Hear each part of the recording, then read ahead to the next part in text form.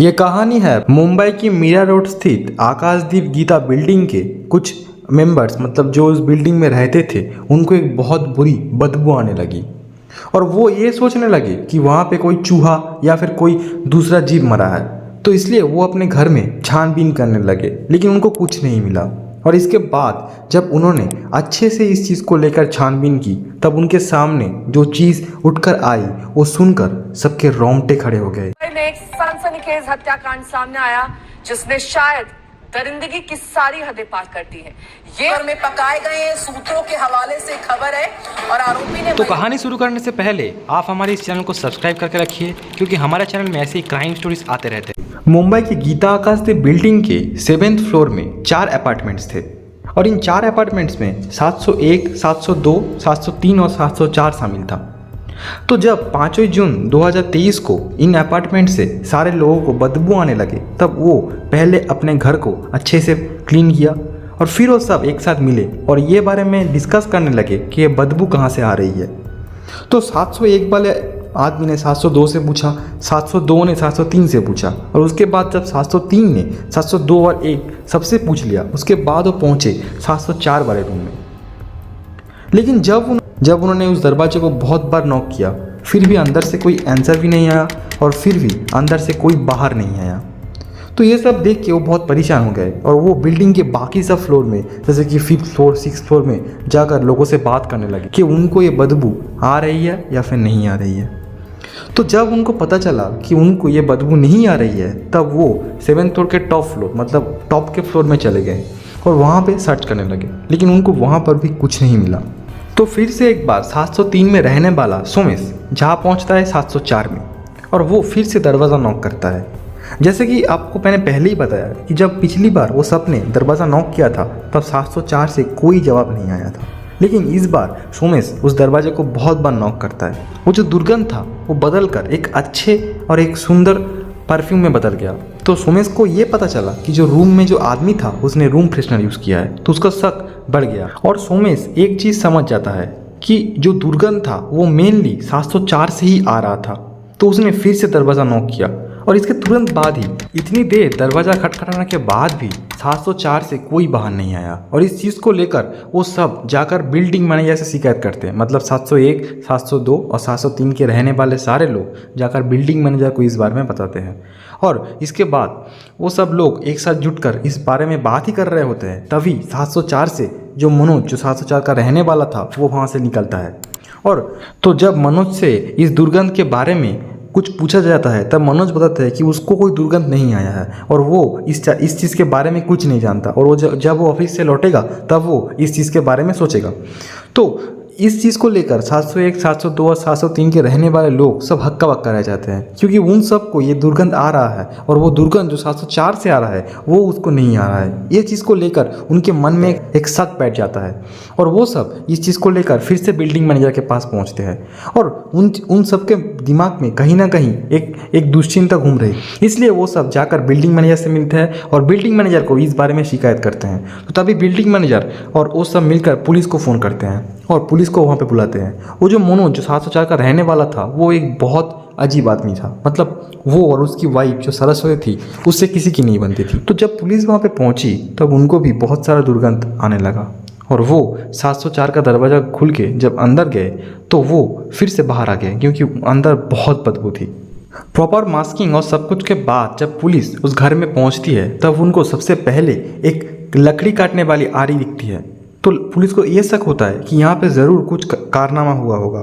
फिर पुलिस उस अपार्टमेंट की बेडरूम में घुसती है तो उनको कुछ नहीं मिलता। उसके बाद उसकी डाइनिंग में जाती है, वहाँ पे भी कुछ नहीं था। और उसके बाद उसने उस अपार्टमेंट का फ्रिज को भी खुला था, क्योंकि उन्हें लगा था कि ये दिल्ली वाला हादसा यहाँ पे हुआ है, लेकिन उसमें भी कुछ नहीं था। तो इसके बाद जब पुलिस ने उस अपार्टमेंट की किचन में घुसी, तब उनको सारी बात समझ आने लगी। वहाँ पे 2 बाल्टी और एक टब रखे थे और वो 2 बाल्टी और एक टब खून से भरा हुआ था और उन बाल्टियों में और उस टब में खून के साथ छोटे छोटे मांस के टुकड़े भी थे। तो पुलिस को ये तो समझ आ रहा था कि यहाँ पे कुछ बहुत बुरा हुआ है, लेकिन क्या हुआ है उसको समझ नहीं आ रहा था। पुलिस को समझ नहीं आ रहा था। तो उन्होंने और थोड़ा छानबीन की और कुछ देर बाद उनको उस बाल्टी में से एक इंसानी शरीर का कटा हुआ पैर मिलता है और उनको ये चीज़ बहुत अच्छे से मालूम पड़ जाती है कि ये कोई दूसरा जानवर नहीं, इंसानी मांस है। और फिर वहाँ उनको उस किचन से ही एक प्रेशर कुकर मिलता है, जिस प्रेशर कुकर में बहुत सारे मांस के टुकड़े थे और वहाँ पे एक फ्राइंग पैन भी उनको मिलता है, जिससे उनको पता चलता है कि इस फ्राइंग पैन में इंसानी मांसों को पकाया गया था। तो पुलिस के पास ये बात तो क्लियर थी कि यहाँ पे किसी आदमी का या फिर किसी औरत का कत्ल हुआ है और उसके बाद उसको बेरहमी से टुकड़ों में बांट दिया गया है। वो कौन था ये पुलिस को नहीं पता चल रहा था। इसी बीच पुलिस को एक कटी हुई चोटी मिलती है, बालों की चोटी, जिसका कत्ल हुआ है वो एक लड़की है। और उसके बाद पुलिस को ये भी पता चलता है कि जो मनोज का जो वाइफ है सरस्वती, वो 2 दिन से मिसिंग है, मतलब किसी को नहीं दिखी। तो पुलिस को ये बात बहुत भली भांति समझ आने लगी कि असल में क्या हुआ है यहाँ पर। और उसके बाद तो पुलिस और अपार्टमेंट वाले मनोज को रंगे हाथ पकड़ना चाहते थे और पुलिस को ये बात बहुत अच्छे से पता था कि अगर मनोज को पता चल गया कि पुलिस यहाँ पर है तो मनोज यहाँ से भाग जाएगा। और पुलिस ने 2 सिविलियंस को आर्म ड्रेस पे वहीं अपार्टमेंट पे छोड़ के आए। और शाम को जब मनोज अपने काम से लौटता है तब उस अपार्टमेंट के सारे लोगों ने मनोज को पूछा और उसके बाद उसको पुलिस के हवाले कर दिया। और पुलिस के विरासत में आने के बाद मनोज ने जो कुछ भी बताया अपने इस क्राइम के बारे में वो मैं आपको बताने वाला हूँ। ये मनोज की बताई हुई कहानी है तो इसमें झूठ भी हो सकता है। तो मनोज ने अपनी स्टोरी कुछ ऐसी बताई। मनोज अपने फैमिली के साथ बोरीवाली के फ्लैट में रहा करता था, लेकिन जब उसका पिता और माता का मौत हो जाता है तब वो बोरीवाली की फ्लैट छोड़ देता है और इसी बीच वो एक परचून की दुकान में काम करने लगता है और इसी परचून की दुकान में सरस्वती आती थी। इसी तरह से मनोज के साथ सरस्वती का मुलाकात होता है और वो धीरे धीरे नज़दीक आने लगते हैं। सरस्वती जिसका कोई नहीं था, वो और उसकी 5 बहनें अनाथ आश्रम में बड़ी हुई थी और वो मुंबई में कुछ छोटा मोटा काम करती थी और उसको मनोज से प्यार हो जाता है। यहाँ पर एक स्टोरी और भी जानना बहुत ज़रूरी है कि इसी बीच मनोज का एक दिन कार एक्सीडेंट होता है और जिसके लिए उसके शरीर से बहुत सारा खून बह जाता है। तो उसको खून की ज़रूरत थी, तो वो जब हॉस्पिटल में एडमिट होता है तब उसको खून दिया जाता है। लेकिन इसके कुछ ही दिनों बाद मनोज फिर से बीमार होता है। तो वो जब फिर से डॉक्टर के पास जाता है और सारे टेस्ट करवाता है तो उसको पता चलता है कि उसको HIV है। तो उसको ये चीज़ साफ साफ मालूम पड़ता है कि जिससे उसने ब्लड लिया था उसको HIV था और उसी से मनोज को HIV इंजेक्ट हुआ था। मनोज HIV की टैबलेट्स लिया करता था और इसी बीच उस परचून की दुकान में ही उसके साथ सरस्वती का जो रिश्ता था वो धीरे धीरे और ज़्यादा क्लोज होने लगा और उसने सरस्वती को शादी कर ली। और मनोज और सरस्वती उसके बाद अपनी बोरीवाली का फ्लैट छोड़ के मीरा रोड की फ्लैट जिसकी बात हम कर रहे हैं उसी 704 नंबर अपार्टमेंट में आके उठता है और इसको रेंट में लेता है। वहीं दूसरी ओर वो जो बोरीवाला वाला फ्लैट जो मनोज ओन करता था उसको उसने किराए पे चढ़ा दिया, जिससे उसको महीने के 35,000 किराए आते थे और यहाँ पे मीरा रोड वाली फ्लैट की जो महीने की रेंट थी वो थी 10,000। तो सीधा सीधा उसके पास 25,000 रुपये बचते थे और भी वो एक परचून की दुकान में काम किया करता था। तो इसी तरह से उसका जो गुजारा है उसका और सरस्वती का वो अच्छे से हो जा रहा था। लेकिन इसी बीच कुछ कारणों के चलते परचून की जो दुकान थी वो बंद हो गई और मनोज जॉबलेस हो गया और इसी के चलते उसकी और सरस्वती की जो संबंध थी उसमें दरारें आने लगी और उन दोनों के बीच बहुत ज़्यादा झगड़ा होने लगा।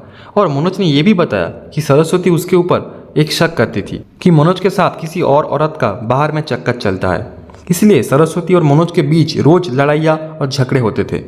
तो इसी के चलते जब एक दिन मनोज अपने काम से लौटा तब वो देखती है कि सरस्वती ने जहर पी लिया। तो मनोज ने सोचा कि अगर उसने इस बारे में किसी को भी बताया तो सारे शक उसके ऊपर पड़ेंगे। और मनोज ये भी देखता है कि वो 7th फ्लोर में रहता है, तो अगर वो सरस्वती के बॉडी को लेकर बाहर जाता है तो किसी ना किसी आदमी के नज़र में वो ज़रूर पड़ जाएगा। इसलिए उसने ये सोचा कि वो सरस्वती का जो बॉडी है उसको कई हिस्सों में बांटेगा और फिर धीरे धीरे उसको फेंक देगा। तो इसीलिए उसने सरस्वती के बॉडी को बहुत हिस्सों में काटा, बाल्टी और टबों में उसके खूनों को भरा और उसकी जो बॉडी है उसको कई हिस्सों में बांटने के बाद उसने किसी किसी हिस्सों को प्रेशर कुकर में उबाला और किसी हिस्सों को फ्राइंग पैन में तवे से फ्राई किया, क्योंकि उसे लगता था कि अगर वो ये सब नहीं करेगा तो उससे जो बदबू आएगा उससे सबको ये सब मालूम पड़ जाएगा। तो उसने उस बॉडी के पार्ट्स को छोटे छोटे टुकड़ों में डिवाइड किए, उनको प्रेशर कुकर में उबाला और उसको तवे में फ्राई किया और उसके बाद गली के जो कुत्ते थे उनको सौंप दिया। इसी तरह से उसने सरस्वती के बहुत सारे बॉडी पार्ट्स को कुत्तों को खिला दिया और उसके सारे बॉडी पार्ट्स में ज़्यादातर बॉडी पार्ट्स मिसिंग थे। लेकिन पुलिस को मनोज की बातों में यकीन नहीं था, क्योंकि उनको ये लग रहा था कि किसी न किसी तरह से मनोज ने ही उसकी पत्नी का कत्ल किया और उसके बाद अपने सारे जुर्म छुपाने के लिए उसको बहुत सारे टुकड़ों में बांटा और उसको बाहर कुत्तों के सामने दे दिया। लेकिन इस चीज़ को साबित करने के लिए एक ही उपाय था, पोस्टमार्टम, जिससे उसके शरीर में जहर था या फिर नहीं था ये पता चलता। तो इसके लिए पुलिस को उसके बॉडी पार्ट्स चाहिए थे, लेकिन उसमें से ज़्यादातर बॉडी पार्ट्स मनोज ने या फिर कुत्तों को खिला दिया या फिर फेंक दिया या फिर उसको तवे पे फ्राई कर दिया था। सिर्फ बचा हुआ था सरस्वती का एक पैर, जो मैंने आपको पहले ही बताया। तो पुलिस के लिए वहाँ पर सिर्फ एक पैर बचता है। तो देखा जाए तो मनोज अभी भी पुलिस के गिरफ्त में है और उस केस को लेकर अभी तक कोई खुलासा नहीं आया है। तो अगर इसके बाद उस केस को लेकर कोई खुलासा आता है और मनोज को लेकर कोई न्यूज़ आता है तो मैं आपको ज़रूर इस बारे में बताऊंगा और इस वीडियो का पार्ट 2 भी आएगा अगर आप इस वीडियो को सपोर्ट करते हैं। तो थैंक यू फॉर वॉचिंग।